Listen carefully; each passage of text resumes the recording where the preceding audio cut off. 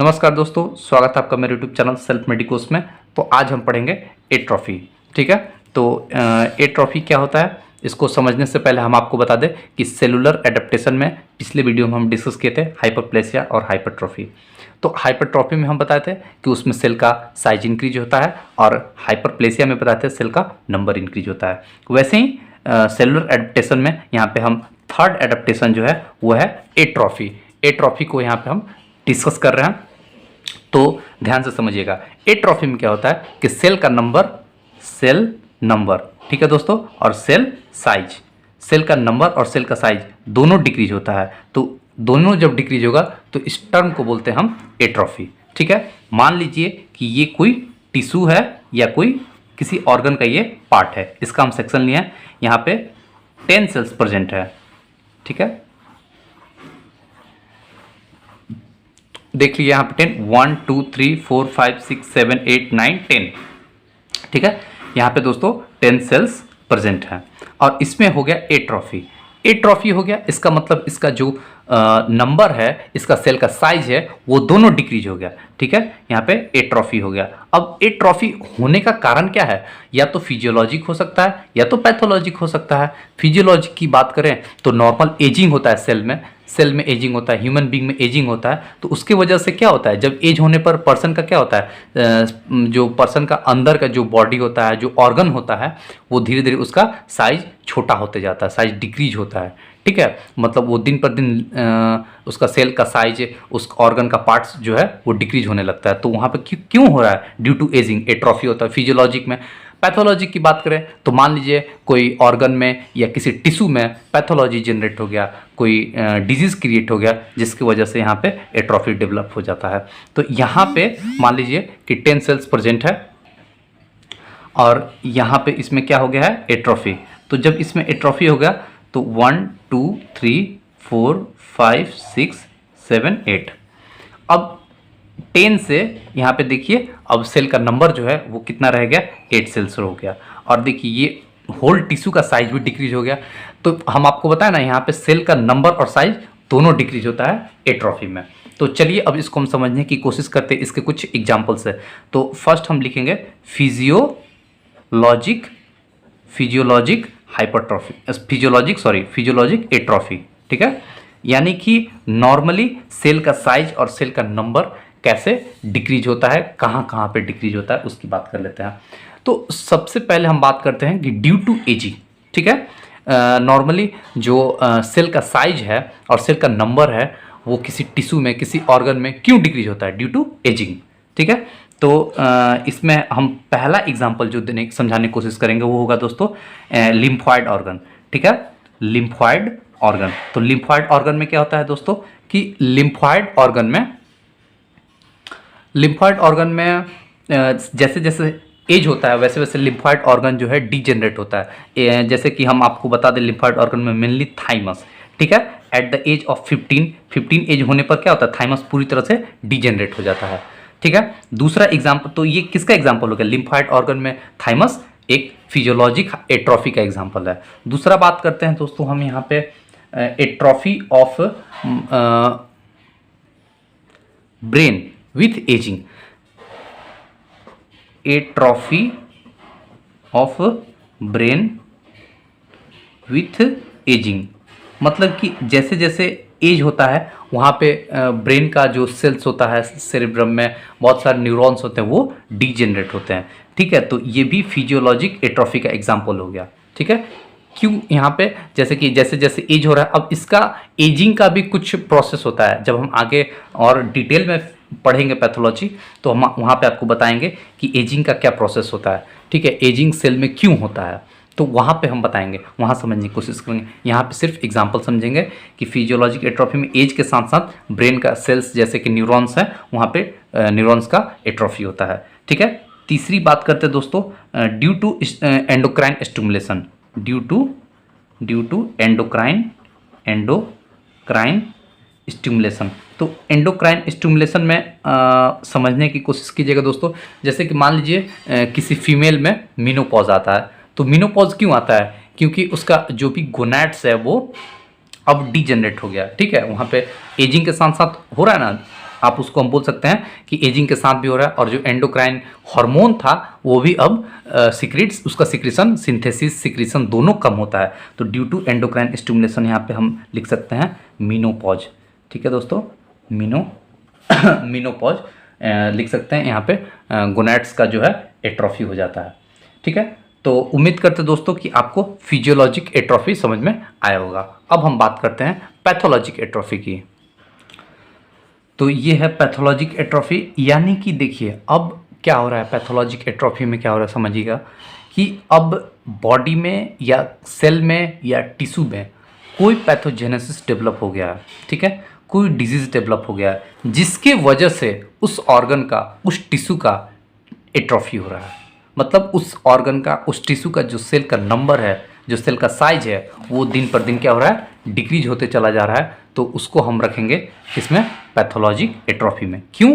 क्योंकि वहाँ पे कोई डिजीज कंडीशन क्रिएट हो गया। नॉर्मली तो होता है तो उसको हम बोलते हैं फिजियोलॉजिक, और यहाँ पे किसी कारण की वजह से यहाँ पे एट्रोफी डेवलप हो रहा है तो उसको हम बोलते हैं पैथोलॉजिक एट्रोफी।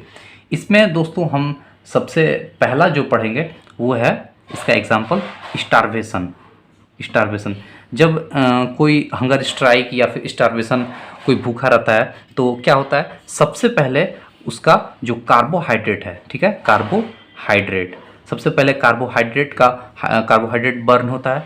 उसके बाद क्या होता है, स्टोर फैट, जो भी फैट स्टोर है वो बर्न होता है दोस्तों, और फिर जो प्रोटीन होता है वो बर्न होने लगता है। तो जब प्रोटीन बर्न होता है तो प्रोटीन बर्न होने के बाद उसका क्या हो जाएगा, कुछ टाइम के बाद डेथ हो जाएगा। क्यों? क्योंकि प्रोटीन क्या होता है, प्रोटीन जो होता है मेनली जितने भी हमारे बॉडी में एंजाइम्स प्रेजेंट हैं वो मेनली क्या है, प्रोटीन है। तो जब एंजाइम ही नहीं रहेगा तो हमारा बॉडी वर्क कैसे करेगा, कोई भी रिएक्शन सक्सेसफुल नहीं होगा, ठीक टाइम पर कंप्लीट नहीं होगा।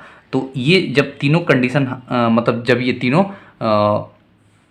बर्न होने लगेगा या तीनों बर्न हो जाएगा तो हमारे बॉडी में वीकनेस डेवलप हो जाएगा। ठीक है, वीकनेस आने लगेगा, इसको हम एनीमिया भी बोल सकते हैं, मतलब खून की कमी भी होने लगेगी, और उसके बाद कुछ समय के बाद जो है पेशेंट जो है इल हो जाएगा, बीमार हो जाएगा, और फिर इस कंडीशन में डेथ भी हो सकता है। यानी कि स्टारवेशन से डेथ हो सकता है। ये एट्रोफी का एग्जाम्पल हो गया। ठीक है, अब आगे बात करते हैं, सेकेंड एग्जाम्पल को हम समझाएंगे यहाँ पे। तो सेकेंड एग्जाम्पल यहाँ पे शुरू करते हैं, और वो है इस्चीमिक एट्रोफी। इस्चीमिक एट्रोफी क्या है दोस्तों, देखिए, यानी कि इस्चीमिया का मतलब क्या होता है, सबसे पहले ये समझिए। इस्चीमिया का मतलब होता है due to less blood supply. किसी भी ऑर्गन में, किसी भी टिश्यू में लेस ब्लड सप्लाई हो रहा है तो उसको हम बोलेंगे वहाँ पे क्या हो गया, इस्चीमिया हो गया। ठीक है, वहाँ पे क्या हो गया दोस्तों, इस्चीमिया हो गया। ठीक है, तो इसलिए हम यहाँ बोलते हैं इस्चीमिक एट्रोफी, यानी कि किसी ऑर्गन, किसी टिश्यू पे जो कंप्लीट ब्लड सप्लाई नहीं हो पा रहा है, वहाँ पे प्रॉपर वे में ब्लड सप्लाई नहीं हो रहा है, तो क्या होगा, उसका डिजेनरेशन हो जाएगा। आफ्टर सम टाइम, कुछ समय के बाद वहाँ डिजेनरेशन होने लगेगा। सेल को प्रॉपर वे में ऑक्सीजन नहीं मिलेगा, सेल को प्रॉपर वे में न्यूट्रिशन नहीं मिलेगा, सेल के पास जो एक्सक्रीटरी मटेरियल है, नाइट्रोजनस वेस्ट है, वो सेल में इकट्ठा हो जाएगा, और सेल क्या करेगा, सेल खुद ब खुद टॉक्सिसिटी बढ़ जाएगा, एसिडिटी बढ़ जाएगा सेल का, और वो खुद सेल जो है डिजेनरेट करने लगेगा। तो ठीक है, आप समझ गए इस्चीमिक एट्रोफी को। तो इस्चीमिक एट्रोफी में हम लोग देख सकते हैं atrophy of brain due to atherosclerosis. ठीक है, जैसे कि स्क्लेरोसिस डेवलप हो जाता है। अब देखिए, एथेरोस्क्लेरोसिस बॉडी में किसी भी मतलब ब्लड वेसल्स में डेवलप हो सकता है। किडनी में जो आर्टरी ब्लड सप्लाई करता है, या वेन से जो ब्लड सप्लाई करता है, आर्टरी ब्लड सप्लाई करता है, वहाँ पे भी एथेरोस्क्लेरोसिस किडनी वाले में भी डेवलप हो सकता है, ब्रेन में भी डेवलप हो सकता है। तो ये इस्चीमिक एट्रोफी जो है मेनली किस कारण से होता है, ये मेनली जो होता है यहाँ पे दोस्तों, ये होता है एथेरोस्क्लेरोसिस की वजह से, एथेरोस्क्लेरोसिस। ठीक है, अब एथेरोस्क्लेरोसिस क्या होता है, deposition of fat and calcium. ये देखिए, ये ब्लड वेसल्स है, ब्लड वेसल्स में ये फैट का डिपोजिशन हो जाएगा, तो यहाँ पे ब्लड फ्लो जो है दोस्तों वो डिक्रीज हो जाएगा। ठीक है, तो इसको हम बोलते हैं इस्चीमिया डेवलप हो गया, उस ऑर्गन को, उस टिश्यू को प्रॉपर वे में ऑक्सीजन नहीं मिलेगा, ब्लड नहीं मिलेगा तो ऑक्सीजन नहीं मिलेगा, साथ में न्यूट्रिशन भी नहीं मिलेगा, और सेल का जो एक्सक्रीटरी मटेरियल है वो कहाँ जाएगा, वो सेल में ही इकट्ठा रह जाएगा और सेल बेचारा खुद ब खुद डिजेनरेट हो जाएगा।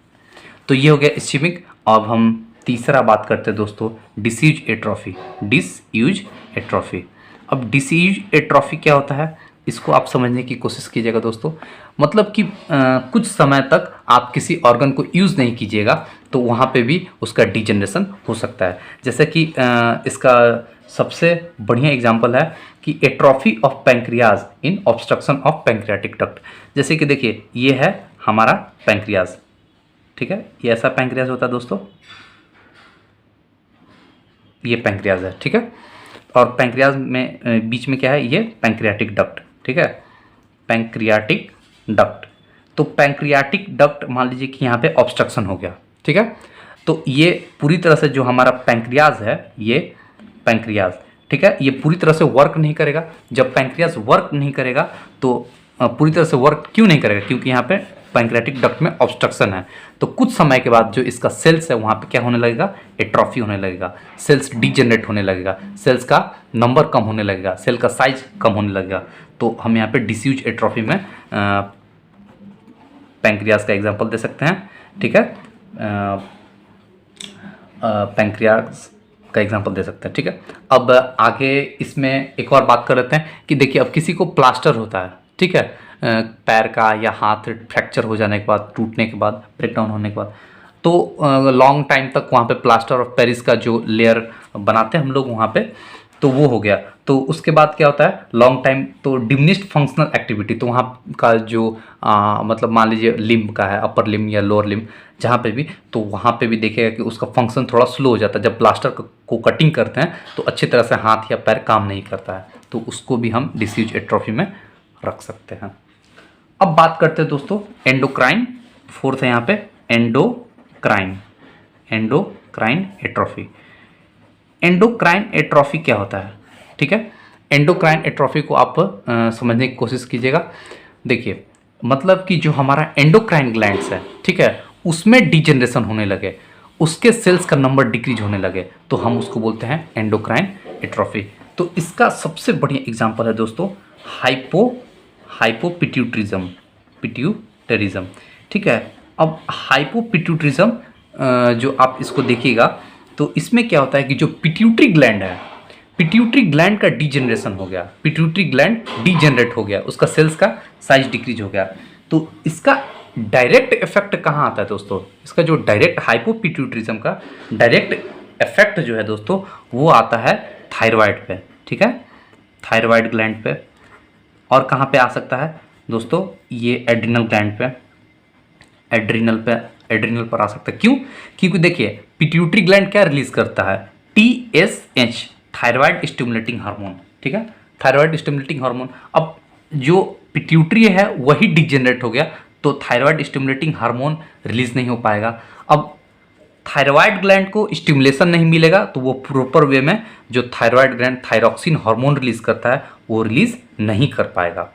तो आप देख सकते हैं यहाँ पे एंडोक्राइन एट्रोफी कैसे कैसे हम आपको समझाने की कोशिश कर रहे हैं। यहाँ पे पिट्यूटरी डिजेनरेट हो रहा है, ठीक है, और यहाँ पे TSH रिलीज नहीं होगा, TSH क्योंकि पिट्यूटरी से रिलीज होता है और TSH रिलीज नहीं होगा तो थायराइड को प्रॉपर वे स्टिमुलेशन नहीं मिलेगा तो ये थायरॉक्सिन का फॉर्मेशन या सिंथेसिस नहीं कर पाएगा। वैसे ही पिट्यूटरी ACTH निकालता है, एडिनोकॉर्टिकोट्रोफिक हार्मोन, ठीक है, ACTH ये किसको देता है, स्टिमुलेशन एड्रिनल ग्लैंड को, तो ये भी नहीं रिलीज हो पाएगा और एड्रिनल ग्लैंड भी फंक्शन अच्छे से नहीं कर पाएगा। तो ये हो गया दोस्तों एंडोक्राइन एट्रोफी का एग्जाम्पल, ठीक है दोस्तों। अब हम बात करते हैं कि आखिर एट्रोफी, पैथोलॉजिक एट्रोफी या फिर जो फिजियोलॉजिक एट्रोफी बॉडी में एक तो बेसिक बात है कि एजिंग से डेवलप होता है और पैथोलॉजिक जो होता है वो डिजीज की वजह से होता है। लेकिन और भी इसके जो जब हम इसको और स्टडी करते हैं, डीप स्टडी, तो पता चलता है कि जो सेल है क्यों डिजेनरेट हो रहा है, क्योंकि देखिए सेल का साइज क्यों डिक्रीज हो रहा है, तो इसका माइक्रोस्कोपिक जो हम स्टडी करेंगे तो पता चलेगा सेल के अंदर जो भी माइटोकॉन्ड्रिया होते हैं, ठीक है, माइटोकॉन्ड्रिया हो गया, ठीक है, गोल्जी बॉडी हो गया, एंडोप्लाज्मिक रेटिकुलम हो गया, मायोफिलामेंट्स होते हैं, मायोफिलामेंट्स। तो ये सब जो है इनके साइज जो है वो डिक्रीज होने लगेगा, इसका साइज डिक्रीज होने लगेगा। तो यहाँ पे प्रोटीन सिंथेसिस जो है वो देखिए endoplasmic reticulum, Golgi body, mitochondria, ये सब क्या एक दूसरे से कनेक्ट होता है, ठीक है, और ये प्रोटीन का सिंथेसिस करता है, प्रोटीन का पैकेजिंग करता है। तो ये सब जब इसका साइज डिक्रीज होने लगेगा तो ओवरऑल जो है सेल के अंदर, ठीक है, प्रोटीन जो है, प्रोटीन डिग्रेडेशन क्या होता है, प्रोटीन डिग्रेडेशन इंक्रीज हो जाएगा, ठीक है, सॉरी, प्रोटीन सिंथेसिस डिक्रीज हो जाएगा, ठीक है, प्रोटीन का सिंथेसिस ही कम हो रहा है। अब क्या होगा, प्रोटीन का जब सेल के अंदर क्या हो रहा है, प्रोटीन सिंथेसिस कम हो गया, ठीक है, प्रोटीन सिंथेसिस डिक्रीज हो गया, तो अब सेल में पूरी तरह से प्रोटीन नहीं बन पाएगा।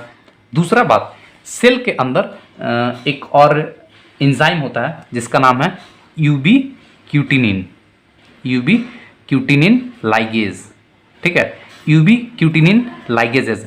ये क्या करता है, प्रोटीन से डायरेक्ट अटैच होके प्रोटीन को तोड़ के प्रोटियोज में तोड़ता है, प्रोटियोज में ब्रेक डाउन कर देता है, ठीक है। तो जिससे सेल के अंदर जो प्रोटीन डिग्रेडेशन का एक्टिविटी है वो इंक्रीज हो जाता है, प्रोटीन डिग्रेडेशन जो है वो क्या होता है दोस्तों, इंक्रीज हो जाता है।